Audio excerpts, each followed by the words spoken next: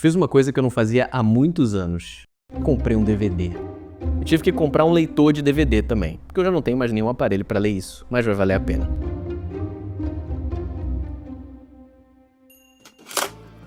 Isso aqui é o filme Pra Sempre Real Madrid, que foi filmado em 2005 com bastidores da temporada. Por que eles escolheram 2005 para fazer esse filme? Eu não sei te dizer, mas ainda bem que eles escolheram. Isso faz com que a gente tenha imagens incríveis de bastidores de Vanderlei Luxemburgo no Real Madrid. Que acha um cruzamento, uma coisa, e tu intenta sair por aqui, ele acha uma marcação muito forte. Depois somos também por trás, tocando o balão, assume um câmbio, vale? Gostei para dar equilíbrio. In the midfield dele, is very strong. If you go, win drive. He is live, free. Provavelmente você já ouviu Luxemburgo contar essa história. Ronaldo foi murchando e o Zidane murchou. O que você faz? Tirei o Zidane e tirei o Ronaldo. Sabe o que aconteceu? A Juventus adiantou o time, eu não consegui mais sair do meu campo de jogo. A hora que eu troquei os dois, que eu botei o Moriente e o Guti, a Juventus fez assim, ó. Apesar da fama de tiozão contador de história que o Luxemburgo ganhou nos últimos anos, essa história não é mentira, mas como é normal no mundo do futebol, também não é totalmente verdadeira. Ele tá falando das oitavas de final da Liga dos Campeões, temporada 2004-2005. O Real Madrid do Lucha tinha vencido o jogo de ida por 1-0 no Bernabéu, com o gol do Elguera. Na volta, em Turim, o jogo estava aberto até o Lucha tirar o Zidane e colocar o Guti. 1 minuto depois, a Juventus faz o primeiro gol. Na prorrogação, ao contrário do que diz o Vanderlei, ele não tira o Ronaldo. O Ronaldo é expulso. Aí sim, a Juve faz o gol da virada com o Zalaeta e elimina os Galácticos da Liga dos Campeões. A história em si não tem nada demais, mas eu sou apaixonado pelo amor que o Vanderlei Luxemburgo tem por ela. E porque ela é a síntese de um dos capítulos mais surreais da história centenária do Real Madrid, quando eles decidiram que o elenco mais caro e glamuroso do mundo ia ser treinado por Vanderlei Luxemburgo. Esse vídeo vai defender o legado de Vanderlei Luxemburgo e te provar que, apesar de tudo, ele foi um injustiçado no Real Madrid.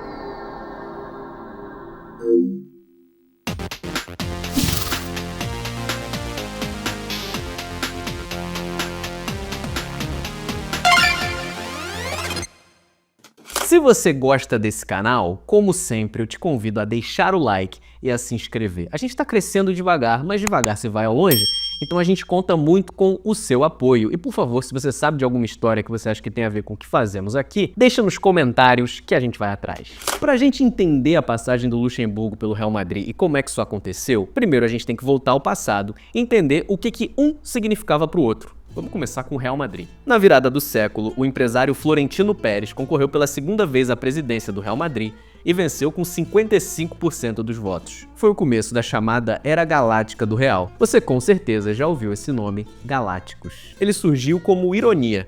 De acordo com o livro Las Mejores Anécdotas del Real Madrid, de Luís Miguel González e Juan Inácio Galhardo, esse papo de galáctico surgiu depois do jornal Marca publicar uma capa falando que o Real Madrid tinha um futebol de outra galáxia. Ironizando o monopólio das atenções da mídia, o presidente do Valência, o Juan Ortí, deu uma entrevista falando "dizem que são galácticos" ou algo assim. O nome caiu como uma luva para descrever a política de contratações do Florentino Pérez, que tinha como projeto trazer os melhores jogadores do mundo por preços absurdos e deixar que a fama deles pagasse a conta. A política também ficou conhecida como Zidanes e Pavones, porque o time acabava mesclando estrelas milionárias como Zidane com jovens da base como o zagueiro Francisco Pavón. Figo e Zidane foram os dois primeiros a chegar e conquistaram a Liga dos Campeões em 2001-2002, naquele golaço de voleio do Zizou que você com certeza já viu em algum lugar. O Ronaldo chegou na temporada seguinte e conquistou um campeonato espanhol. Tudo isso foi feito sob o comando do técnico Vicente Del Bosque, que acabou entrando em rota de colisão com Florentino Pérez no fim da temporada 2002-2003 e deixou o time. O David Beckham chegou no meio de 2003, junto com o novo treinador, o português Carlos Queiroz. Essa transição marca o começo do fim da Era dos Galácticos. Depois de uma temporada sem grandes títulos, o Queiroz foi demitido e deu lugar a José Antônio Camacho no começo da temporada seguinte. Ele durou 3 rodadas da Liga e acabou substituído por Mariano Garcia Remón, que ficou apenas 3 meses e também rodou. Nada dava certo e o Real precisava de um nome forte para salvar uma temporada que parecia perdida. Em dezembro de 2004, o Santos celebrava a conquista de mais um campeonato brasileiro. Era o o segundo Brasileirão consecutivo do técnico Vanderlei Luxemburgo, que tinha vencido também com o Cruzeiro naquele timaço de 2003 do Alex. O Lucha tinha conseguido, enfim, limpar o seu nome. Tinha sido manchado por uma citação na CPI do futebol em 2000 que fez com que ele perdesse o posto na seleção brasileira.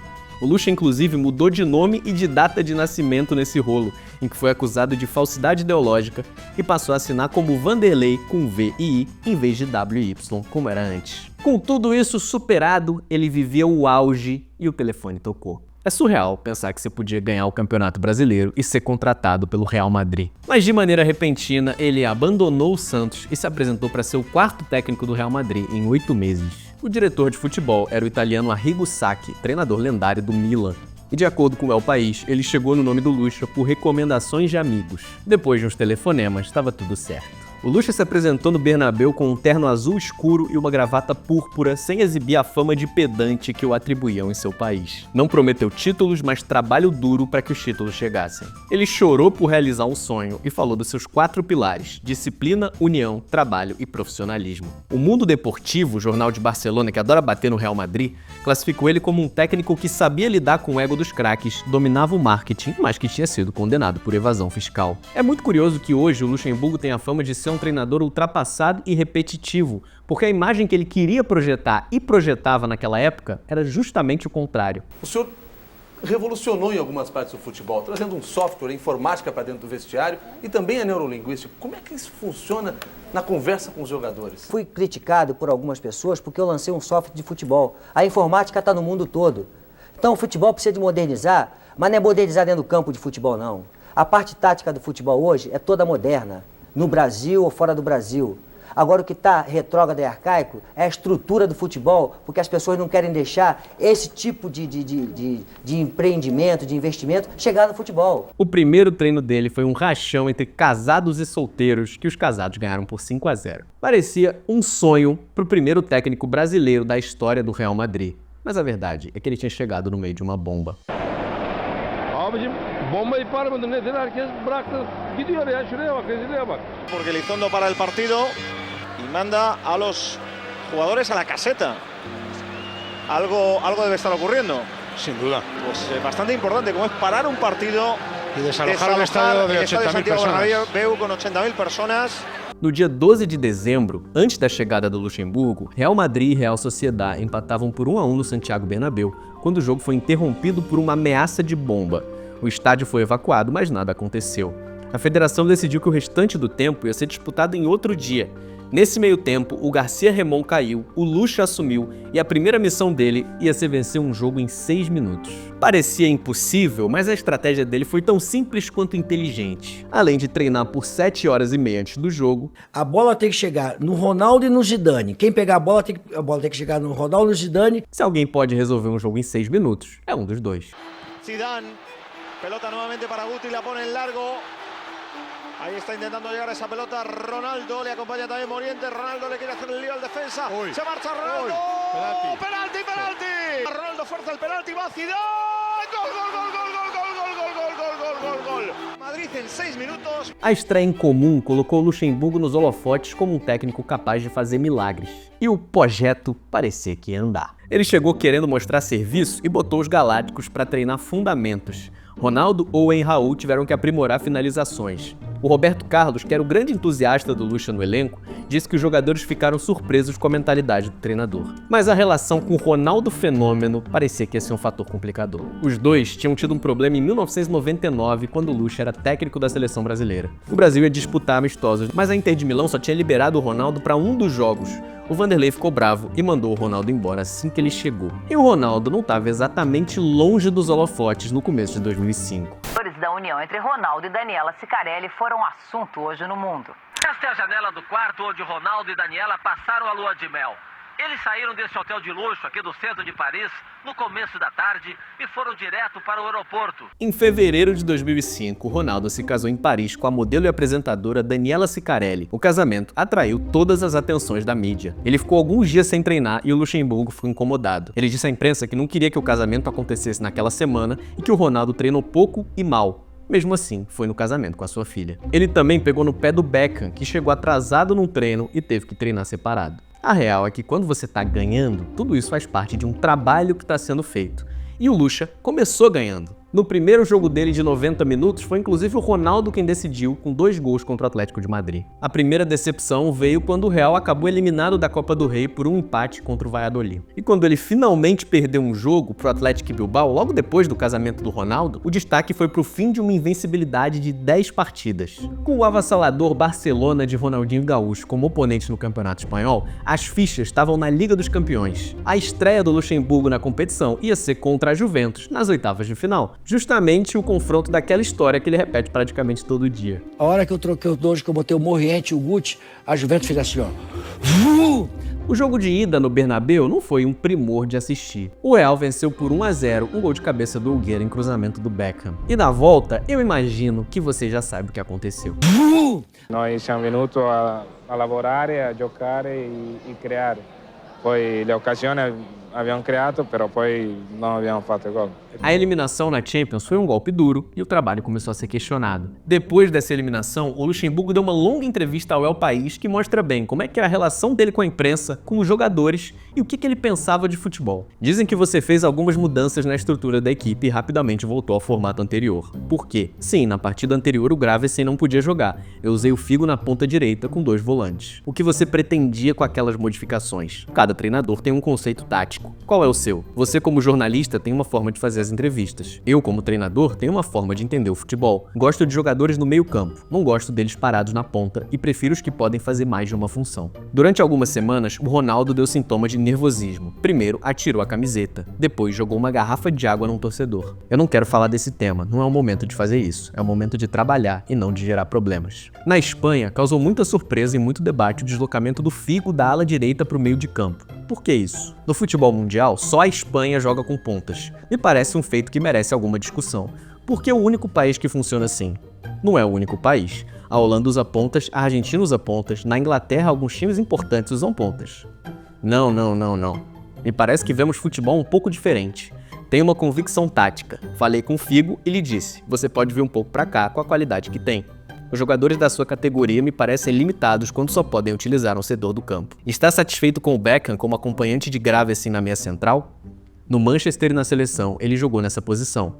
Muito poucas vezes. Jogou muitas vezes, pergunte a ele. Esse jogo de xadrez entre o repórter Santiago Segurola e o Luxemburgo explica muitas coisas. Principalmente a relação desconfiada que a imprensa espanhola tinha com ele, que mesmo vencendo partidas, tinha que encarar perguntas tão incisivas. As mudanças táticas eram o principal alvo desse questionamento. O Luxemburgo tinha começado jogando com um quadrado. Gravesen e Beckham no meio campo, Figo na direita e Zidane na esquerda. Insatisfeito, ele girou o quadrado e fez um losango. O Beckham foi para a direita e o Figo ficou armando o jogo no meio. Mas o Figo não estava agradando nem na ponta e nem no meio e foi colocado no banco enquanto o time se preparava para o primeiro clássico do Luxemburgo contra o Barcelona. A única coisa que eu quero falar a você, pela experiência que eu tenho, e aqui são todas experiências. Um clássico é um clássico, e quando tu pensa que não vai passar nada no clássico, pode passar muita coisa.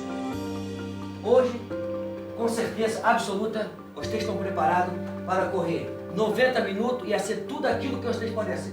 Então eu quero hoje alegria. Essa oportunidade que eu estou tendo hoje aqui com vocês, quantos treinadores de futebol mundial gostariam de estar aqui a hora para dar uma charla para vocês, para mostrar para vocês como vão ser, porque é um momento nobre. Então eu estou contente, eu estou feliz e acredito em meu trabalho. Com o Raul escalado no meio, as coisas deram certo e o Real Madrid venceu por 4-2.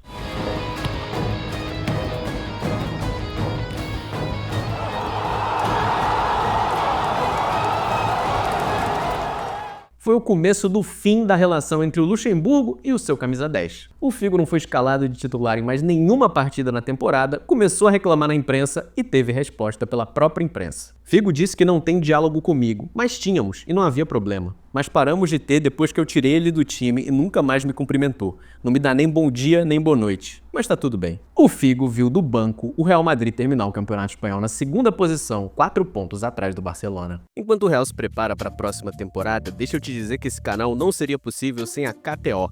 Lá você encontra as melhores odds do mercado para apostar a favor do Real Madrid ou até mesmo contra, se você estiver se sentindo sortudo.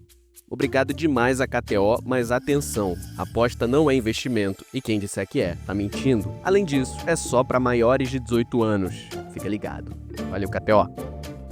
Um mês depois, o Real se reapresentou para uma pré-temporada que era a cara do Florentino Pérez. A Real Madrid World Tour 2005 começou nos Estados Unidos, onde eles ganharam de Chivas, Los Angeles Galaxy e Beijing Guan. Contra os chineses, o Figo marcou o gol da vitória de pênalti e voltou a reclamar publicamente. Não gosto de saber que não sou a primeira nem a segunda opção do treinador para a posição. Depois, o Real partiu para o Japão, onde tomou um 3-0 do Tóquio Verde com direito a um gol de Washington Coração Valente. Depois disso, Tailândia, Áustria e Hungria, até encerrar a pré-temporada no Bernabéu, contra um time de All-Stars da MLS, o campeonato dos Estados Unidos. Nesse último, ele testou uma pequena traquitana tecnológica dessas que eram a cara do Luxemburgo do começo do século. Capitão do time, o Raul jogou com fone de ouvido recebendo instruções. O Luxa já tinha feito isso com o Ricardinho. Ele disse que não sabia se isso ia ser aprovado no campeonato espanhol. Imagina jogar 90 minutos com o Luxemburgo falando portunhol na sua orelha. Tá passando muito, agora você apoia um pouquinho nas costas do Belete aqui, você girando ferro um pouquinho assim nas costas do Belete. Não, um pouquinho aqui nas palmas do Belete. Aqui um pouquinho, pessoal. O árbitro do jogo teve que se explicar na FIFA e disse que nem sabia que isso tinha rolado no jogo. O presidente da UEFA na época, o Lennart Johansson, se disse totalmente contrário e chamou o fone de ouvido de bobagem. O Luxemburgo defendeu a inovação e criticou a cabeça pequena de quem era contra. As pessoas às vezes te criticam por fazer, não param pra pensar. Eu usei de exemplo os árbitros, que agora tem um sensor que avisa ele dos impedimentos. Creio que alguns acham que eu vou usar o fone de ouvido pra narrar a partida no ouvido do jogador. Agora toca pra esse, dribla, marca o atacante, chuta. Eu não vou narrar o jogo pelo fone. Ele solicitou a autorização da FIFA, mas não deixaram o professor trabalhar. Quem perdeu foi o futebol. A Inter de Milão aproveitou a janela de verão e levou o insatisfeito Figo pra lá. A chegada do Robinho, que nessa época era apenas um promissor jogador de futebol e não um criminoso, tirou espaço do Owen e ele também pulou fora. Júlio Batista e Sérgio Ramos chegaram do Sevilha e o Cicinho do São Paulo.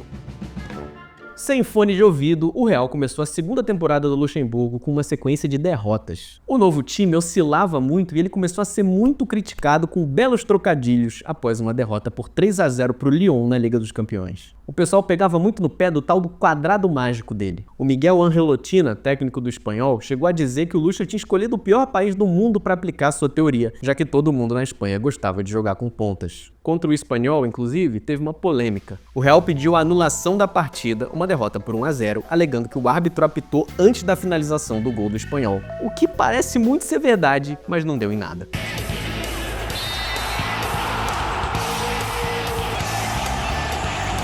Foi nesse contexto que o Real recebeu o Barcelona no Bernabéu em novembro para mais um El Clásico. Liga das Estrelas.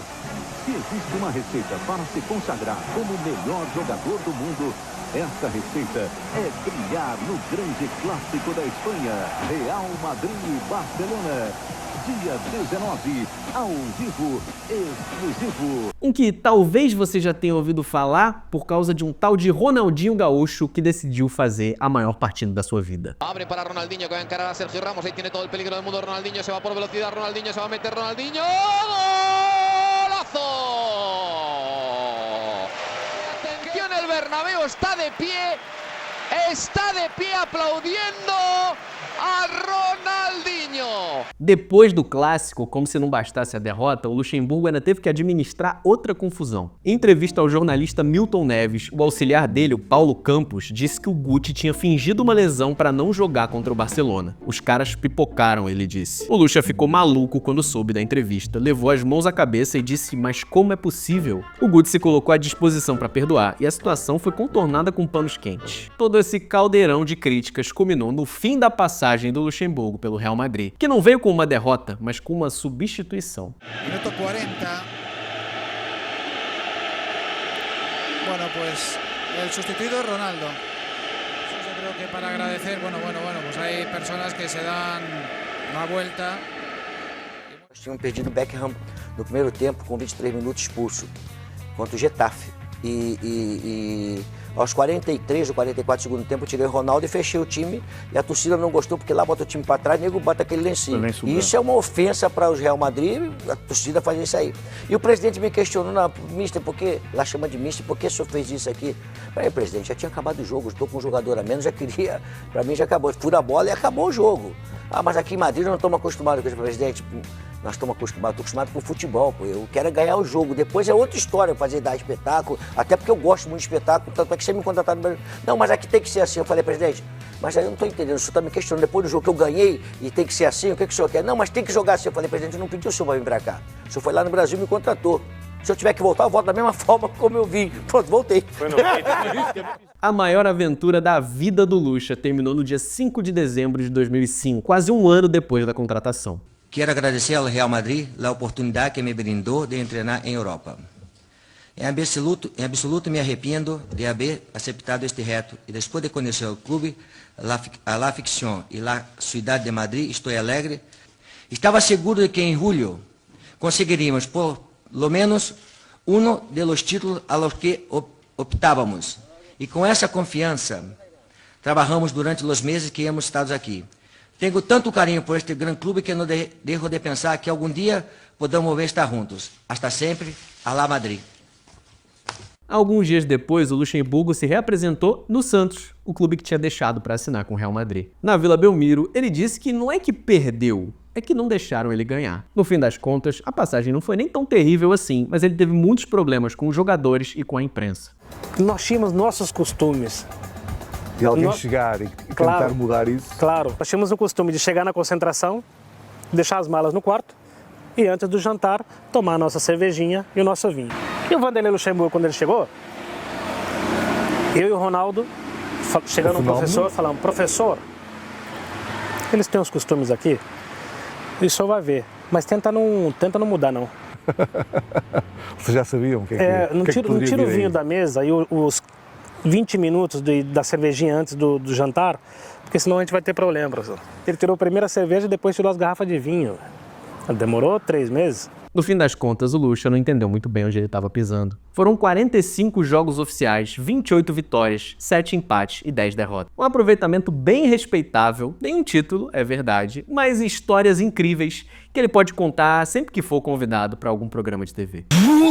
Se você gostou desse vídeo, eu peço que você considere me seguir nas minhas redes sociais. Se eu editei esse troço aqui direito, o meu Instagram e o meu TikTok estão aparecendo aqui na tela, o Twitter também, é tudo igual. Lá você encontra histórias como essa, só que mais curtinhas, né? Com aquele esquema vertical, 1 minuto e meio, pá. E talvez você goste também de outros vídeos nesse canal. Eu separei um aqui, que eu vou tentar colocar aqui, né? Tomara que tenha entrado certo. Que fala sobre as 4 vezes em que o Pelé teve que ser goleiro sem nunca sofrer um gol. Valeu!